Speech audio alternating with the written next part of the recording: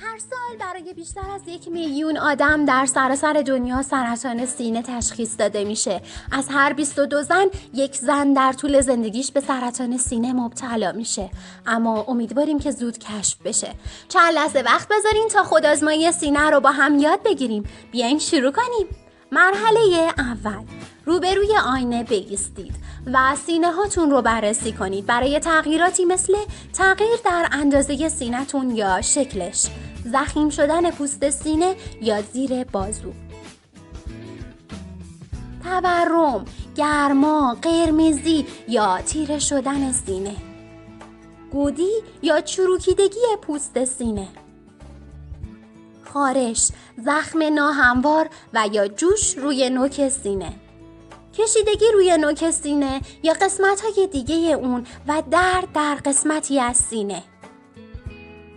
مرحله دوم، حالا دستاتون رو بالا ببرید و زیر سینه هاتون رو مشاهده کنید از نظر همون تغییرای گفته شده. همچنین از نظر وجود توده ها و سفتی این مناطق رو هم بررسی کنید.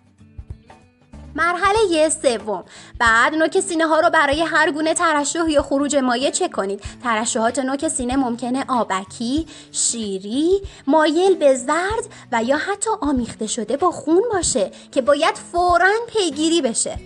مرحله چهارم، روی یه سطح محکم به پشت دراز بکشید و با استفاده از حرکات دایره‌ای آهسته سینه‌های خودتون رو از نظر وجود هر نوع توده بررسی کنید. در بررسی الگویی رو دنبال کنید تا مطمئن بشید که کل سینه رو بررسی می‌کنید. شما میتونید حرکت رو از نوک سینه شروع کنید و دایره‌ها رو بزرگ و بزرگتر کنید تا به لبه خارجی سینه برسید. قسمت داخلی زیر بغلتون رو هم به همون صورت بررسی کنید. همیشه از دست مخالف برای بررسی سینه استفاده کنید.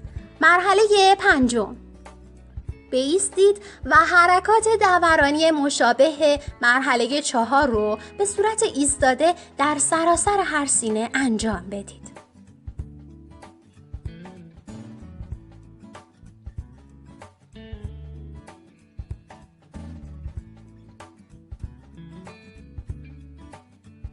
مرحله ششم، اگر چیز مشکوکی در هر کدام از مراحل پیدا کردید نگران نشید. یادداشتی از یافته هاتون رو بنویسید و فوراً یه قرار ملاقات با پزشکتون بذارید.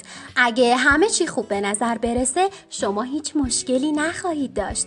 به یاد داشته باشید که این آزمایش رو هر ماه انجام بدید، اما یادتون نره که اون رو بعد از پایان پریودیتون انجام بدید. افراد یائسه میتونن هر ماه در تاریخ مشخصی انجامش بدن. یادتون باشه که سرطان پایان دنیا نیست.